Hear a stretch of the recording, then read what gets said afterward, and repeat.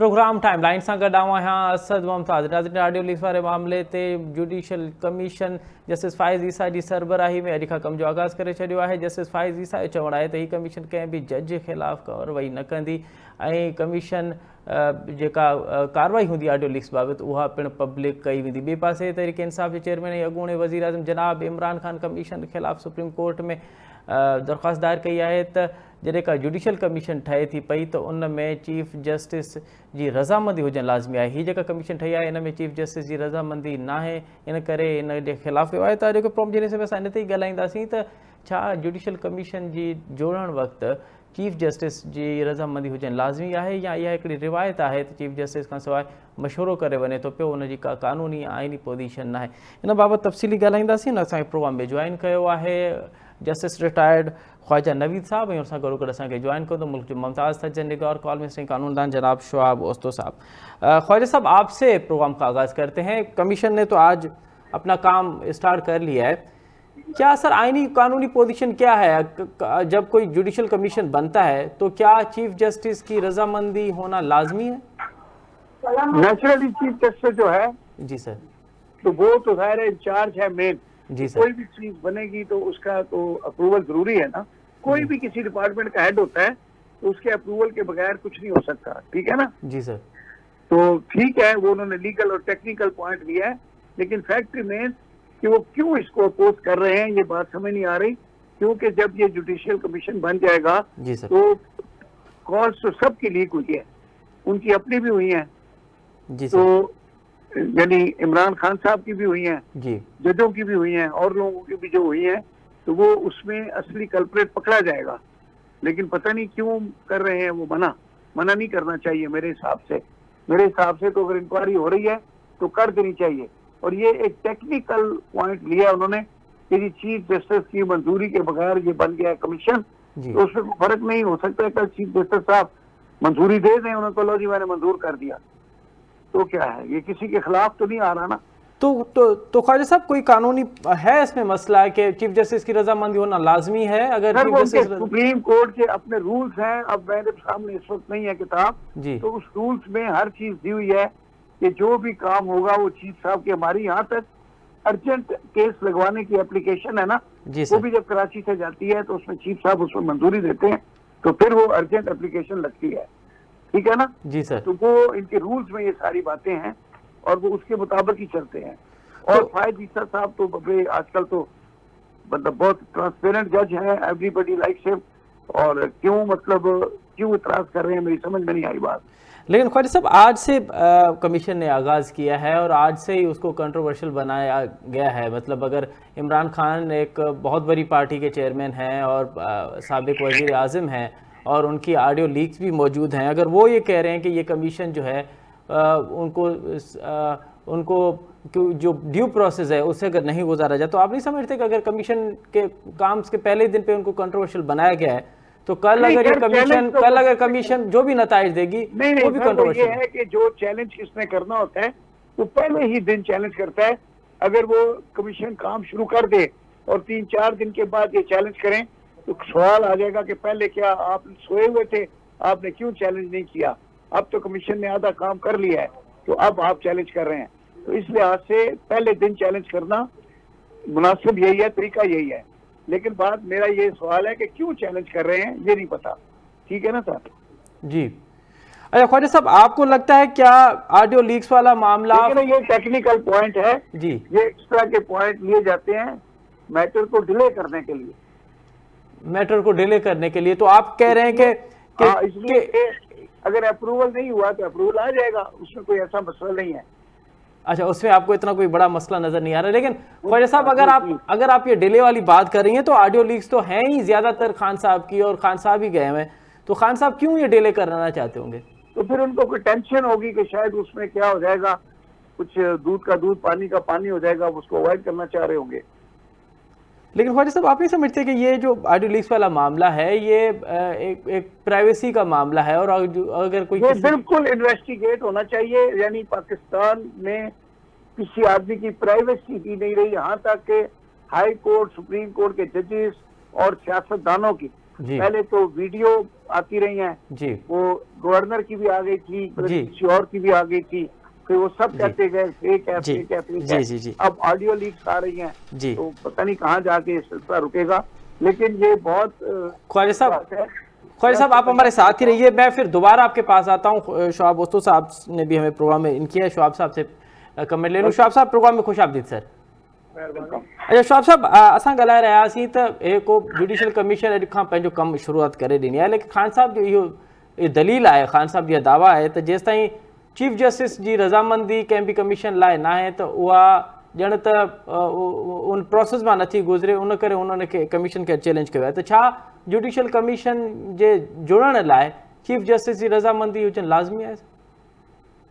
ॾिसो हाणे कानूनी तौर ते त उनजी का रिक्वायरमेंट कोन्हे, पर हाणे सवाल इहो थो पैदा थिए त जेकॾहिं तव्हां सुप्रीम कोर्ट जा सिटिंग जजिस या हाई कोर्ट जा सिटिंग जजिस जेकॾहिं तव्हां इंगेज था कयो जी सर। त प्रोप्राइटी त इहा डिमांड करे थी त चीफ जस्टिस सां सलाह मशवरत करे ऐं उन खां पोइ तव्हां उहा कमीशन ठाहियो। पर हाणे हिन मामले में गवर्नमेंट जो चवणु आहे त छाकाणि चीफ जस्टिस हिन में हिकु लिहाज़ खां धुर आहे जी ऐं हुन ते बि काफ़ी डायरेक्टली इनडायरेक्ट इल्ज़ाम आहिनि, जी तंहिं करे जेकॾहिं असां हुन खां पुछूं आहे त शायदि उहो पंहिंजे मतिलबु ॿिए तरीक़े सां का कमीशन जोड़ण जी ॻाल्हि करे आहे या कुझु अहिड़ा जज ॾे आहे। तो हाणे इन जे करे हालतूं अहिड़ियूं आहिनि जंहिंमें मां सम्झां थो त हुकूमत वटि इहो जवाबु आहे, पर अॼु तव्हांखे शायदि ख़बर पइजी वई हूंदी बाबर अवान साहब सुप्रीम कोर्ट में चैलेंज कयो आहे। इनखे चैलेंज कयो जी आहे जी बिल्कुलु। जुडिशल कमीशन जे इन ई ग्राउंड ते, मेन ग्राउंड इहो ई आहे जस्टिस खां पुछण खां बग़ैर कमीशन ठाही आहे। सो हाणे ॾिसजे त नतीजा छा था निकिरनि। पोइ शोआब साहब अव्हांखे छा थो लॻे, छा जस्टिस फाइज़ ईसा जी सरबराही में ठही आहे, इहो बि हिकिड़ो मसइलो आहे?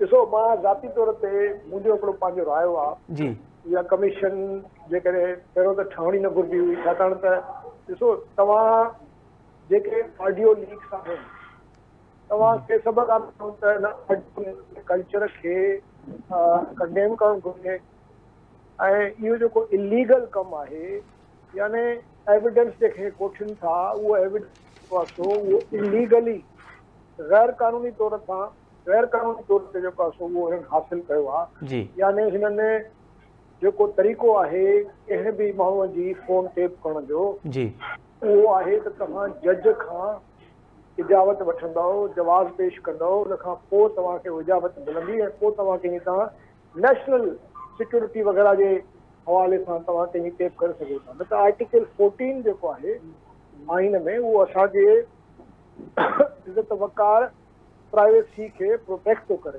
जी तो हे वायलेशन आहे।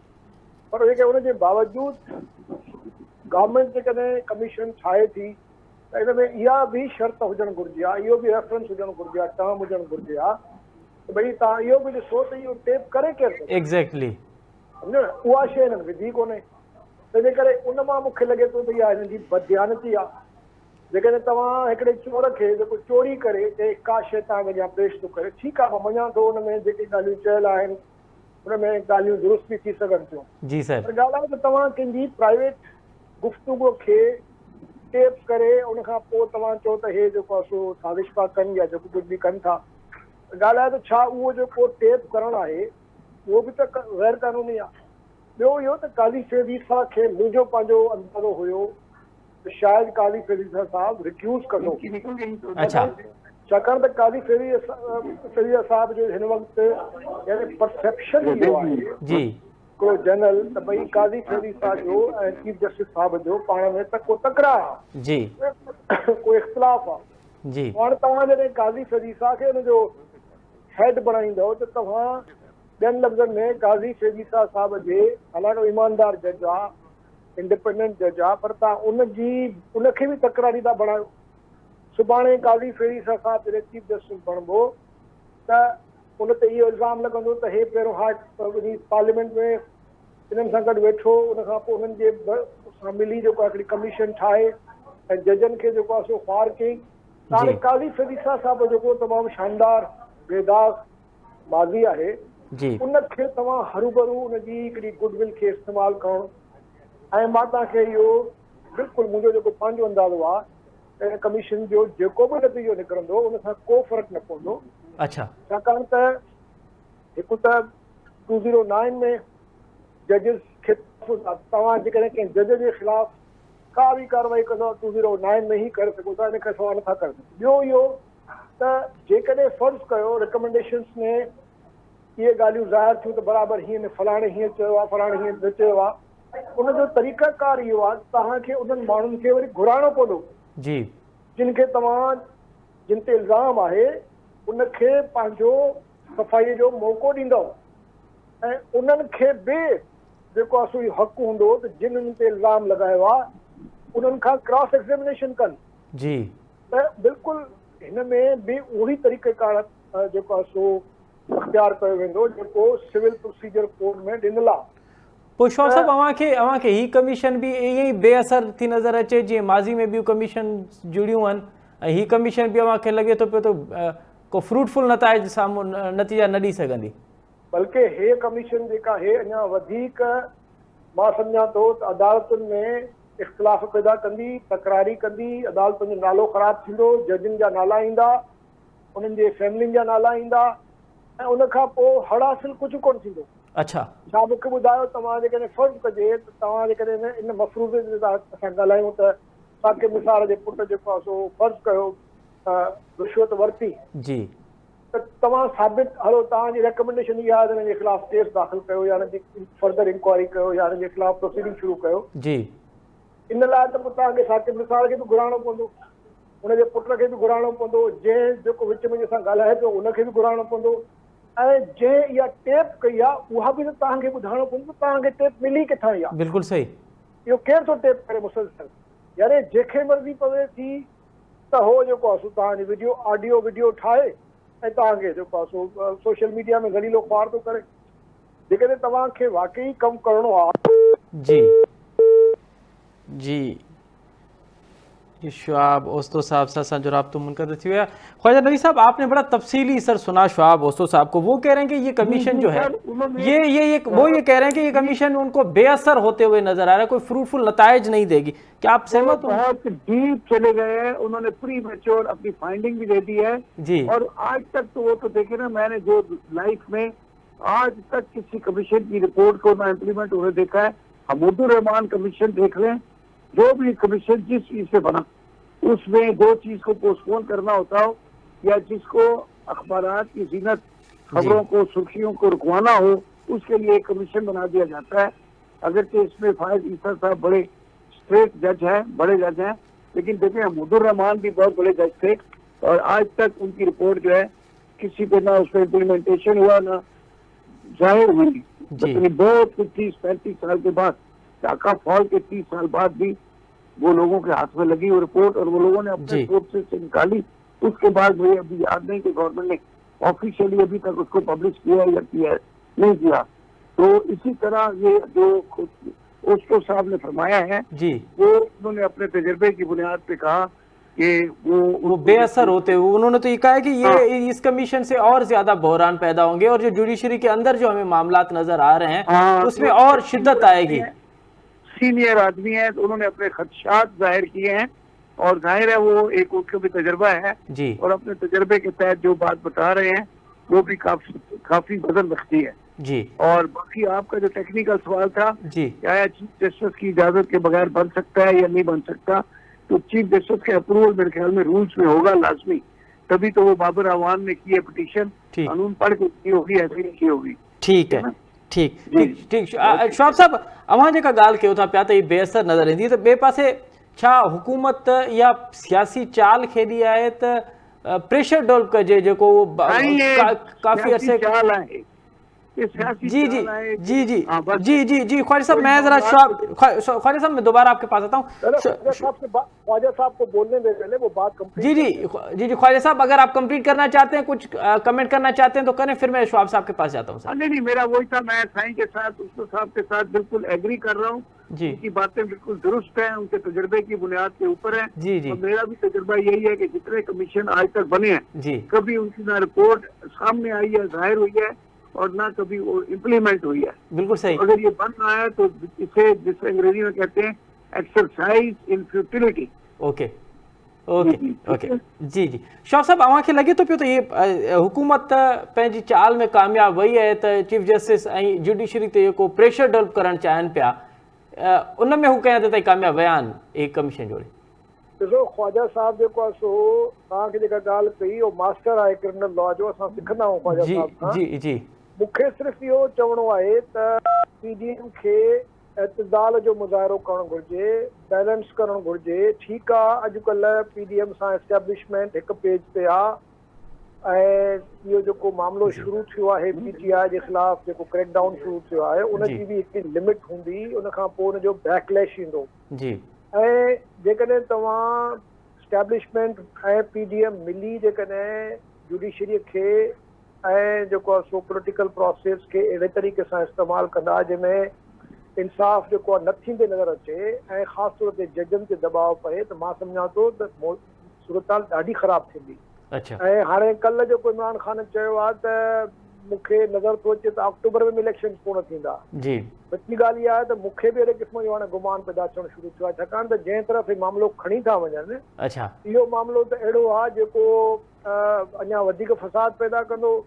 ऐं जेकॾहिं तव्हां इमरान ख़ान जी पार्टीअ खे जेको ख़तमु था करणु चाहियो त पोइ इहो त मां सम्झां थो त हे वॾी बेवकूफ़ी था कनि छाकाणि त हिननि जो पंहिंजो जमहूरी मुस्तक़बिल जेको आहे सो इन सियासी प्रोसेस सां सियासी जेको हिन वक़्तु इहो थोरो घणो जेको अञा ताईं जमहूरी निज़ाम आहे उन सां वाबस्ता आहे।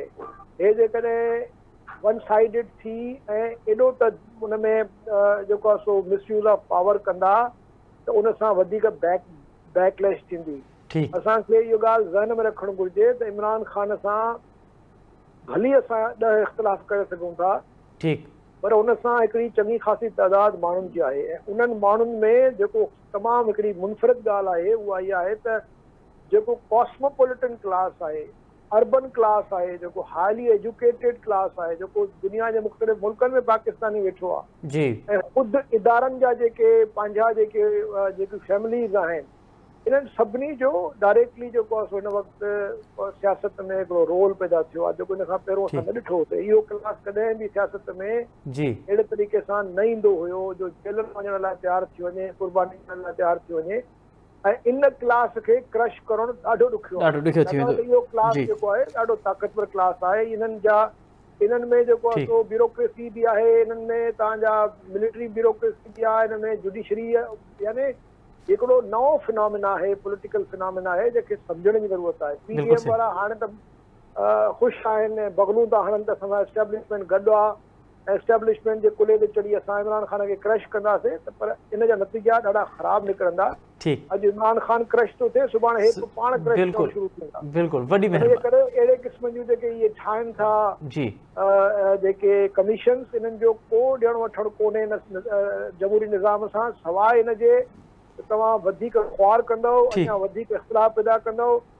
हाणे त सुप्रीम कोर्ट में इख़्तिलाफ़ नज़र था अचनि, हाणे त नवां हिकिड़ा असांखे अहिड़ा ख़तरनाक क़िस्म जा हिकिड़ा रुझान पैदा थींदे नज़र था अचनि जंहिंमें हाई कोर्ट जे अंदरि बि असांखे लॻे थो। बिल्कुलु सही पिया चओ, बिल्कुलु सही पिया चओ जेको आहे सो अकुल खां कमु वठणो घुरिजे। बिल्कुलु सही वॾी महिरबानी शहाब बोस्तो साहब, ख्वाजा नवीद साहब, ॿिन्हिनि मौज़ूअ जी वॾी महिरबानी। नाज़रीन प्रोग्राम में त वक़्तु आहे नंढी साई जो साई था वठूं, साई खां पोइ कराची जी मेयरशिप ते ॻाल्हाईंदासीं त कराची जी मेयरशिप कंहिंजे हिसे में पहुचण वारी कंहिंजे हिसे में ईंदी, मुख़्तलिफ़ पार्टियुनि जूं दावाऊं आहिनि। हाणे ॾिसणो इहो आहे कराची मेयरशिप कंहिंजे हिसे में ईंदी, तफ़सीली ॻाल्हायूं था पर पहिरियां वठूं था नंढी साई खां पोइ प्रोग्राम बीह रहिया। नाज़रीन प्रोग्राम हिकु दफ़ो बीह रहां खे भलीकार सिंध में नए बल्दियाती निज़ाम जो अॼु खां आगाज़ थी चुको आहे। 10,000 खां वधीक चूंडियल नुमाइंदनि अॼु हलफ़ खणी वरितो आहे। हाणे ॿियो मरहलो हूंदो चेयरमैन ऐं मेयर जी चूंड जो।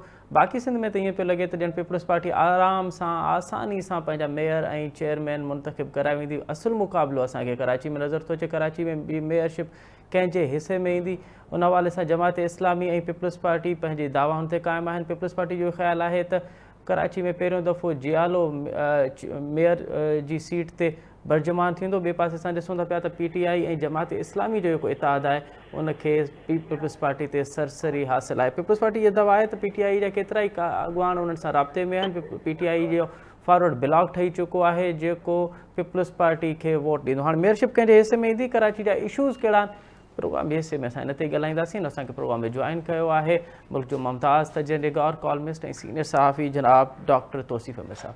डॉक्टर साहब प्रोग्राम में खुश आमदीद सर।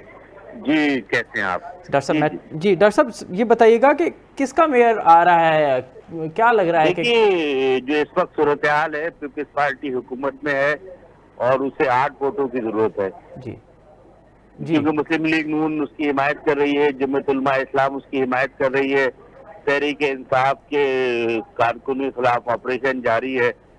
तो मेरा ख्याल ये है कि जोड़ तोड़ करके ये पीपल्स पार्टी अपना मेयर इस तरह ले आएगी। 1980 में भी ये हुआ था कि सत्तार अगवानी के मुकाबले में पीपल्स पार्टी के अब्दुल खालिक अल्लाहवाला थे और वो इलेक्शन जीत जाते, मगर माशाल्लाह हुक्काम ने 2 अरकान को, जिसमें खातून रुकन भी शामिल थी, नजरबंद कर दिया। जी तो मेरा ख्याल है वो अभी इत्तेफाक है कि अब ये पीपल्स पार्टी बदला ले रही है 80 का अच्छा जमात इस्लामी से। तो ज्यादा मगर बुनियादी बात यह है कि देखिए, शहरों की तरक्की निचली सतह के बल्दियाती निजाम के जरिए मुमकिन है, जी मगर पीपल्स पार्टी ने उसे सीखा नहीं है। ये इलेक्शन तो वो सुप्रीम कोर्ट के कहने पे करा रहे हैं। सुप्रीम कोर्ट ने ये हुक्म दिया था कि बल्दियाती जो कानून है उसमें तरमीम की जाए। पीपल्स पार्टी ने एग्रीमेंट किया MKM से, जमात इस्लामी से, मुस्तफा कमाल से, मगर वो तो अब तक हुआ नहीं।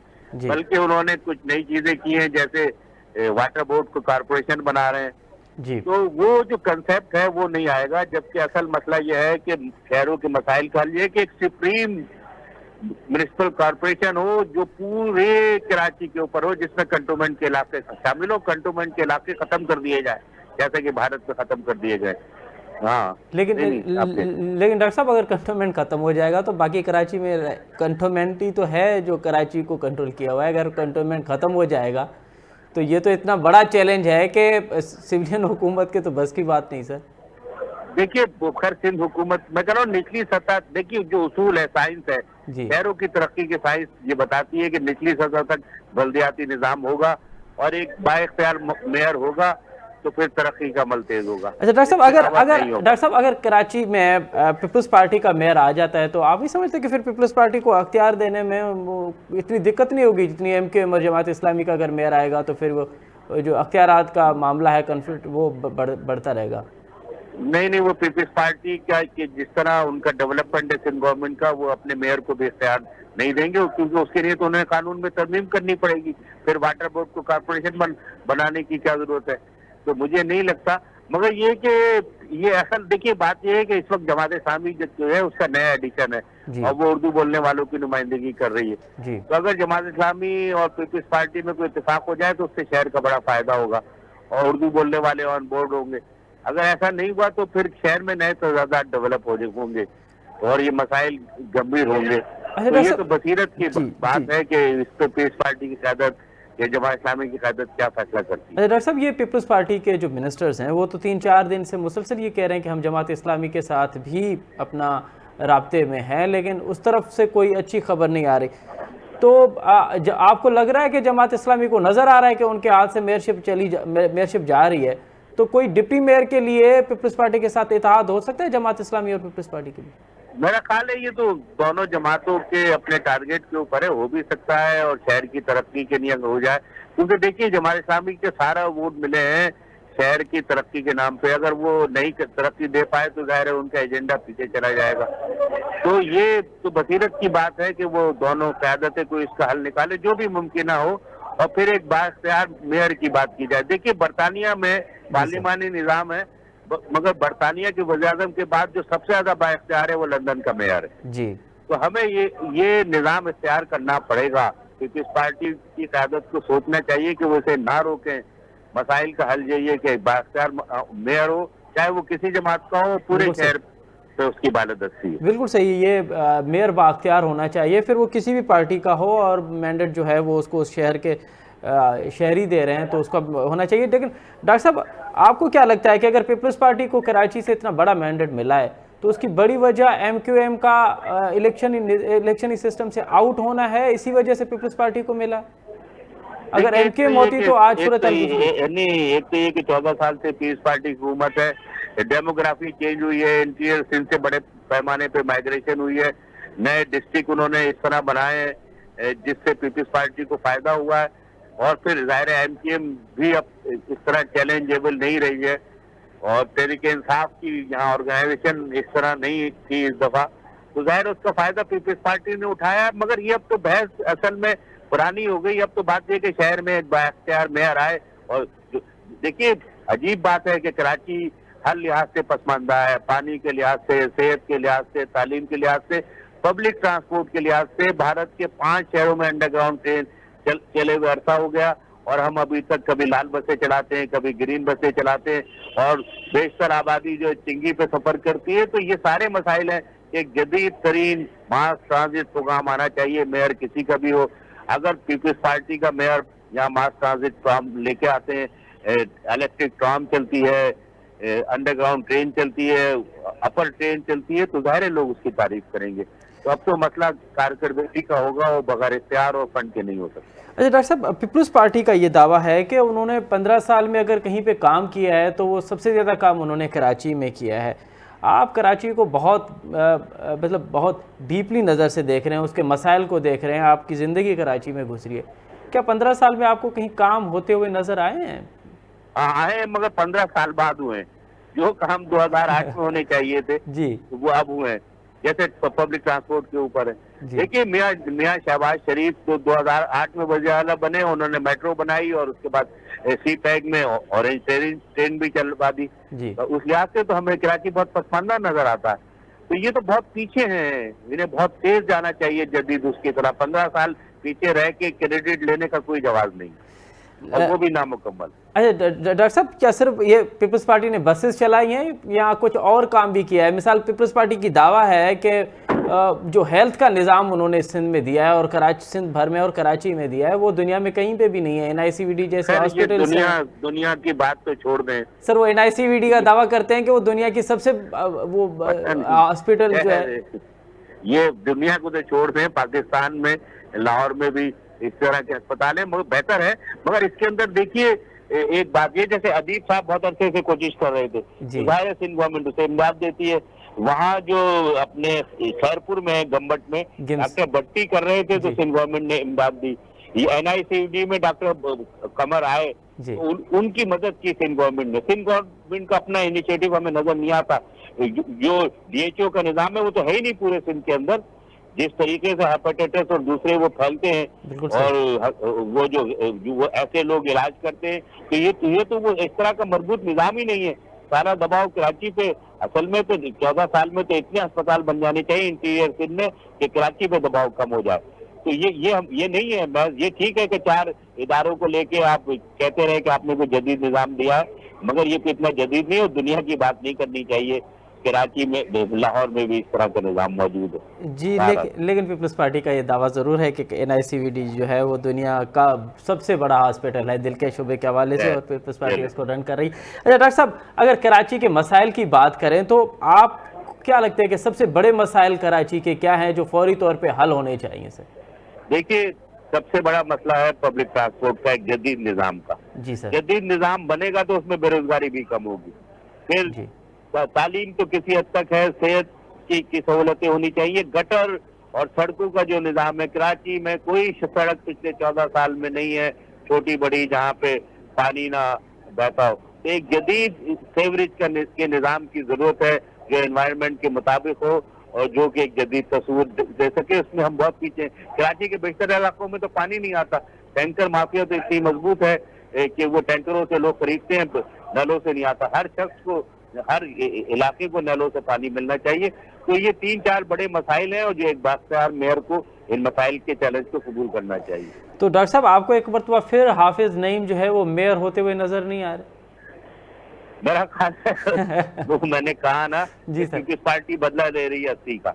80 में अब्दुल खालिक अल्लाह वाले को जिस तरह जमात वालों ने हराया था माशाल्लाह के साथ मिलके, जवाब में अब पीपल्स पार्टी हाफिज नईम को पीछे फेंक रही है। बहुत शुक्रिया, मुझे तो ये नजर आया। बहुत शुक्रिया डॉक्टर तौसीफ अहमद साहब, आपने बड़ा तफ़सीली तौर पे कराची जे मेयरशिप के हवाले से कराची जे मसइलनि ते ॾाढो तफ़सीली तौर ते असांखे ॿुधायो ऐं अवांजो इहो ख़्यालु आहे त असी वारे ॾहाके में जंहिं तरीक़े सां माशाअल्लाह जे दौर में जमात इस्लामी जंहिं तरीक़नि सां पीपल्स पार्टी खे हारायो ऐं ॿिनि वोटनि ते उनखे पीपल्स पार्टी खे उन्हनि शिकस्त ॾिनी हुई, हींअर पीपल्स पार्टी उन खां बदिलो पई वठे। पीपल्स पार्टी खे मेयरशिप लाइ 8 वोटनि जी वधीक ज़रूरत आहे ऐं पीपल्स पार्टी इहा दावा आहे त PTI जो जेको फॉरवर्ड ब्लॉक आहे उहो पीपल्स पार्टी जी मदद कंदो ऐं पहिरियों दफ़ो कराची जी जेका मेयरशिप आहे उहा पीपल्स पार्टी हासिलु कंदी। हाणे ॾिसणो इहो आहे त पीपल्स पार्टी मेयरशिप हासिलु करण में कामयाबु थिए थी पई या हाफ़िज़ नईम जी जेका इहा दावा आहे त उनजा अददी अक्सरियत उन्हनि खे हासिलु आहे, उन जो तरीक़े इंसाफ़ जेको इताद आहे उन खां पोइ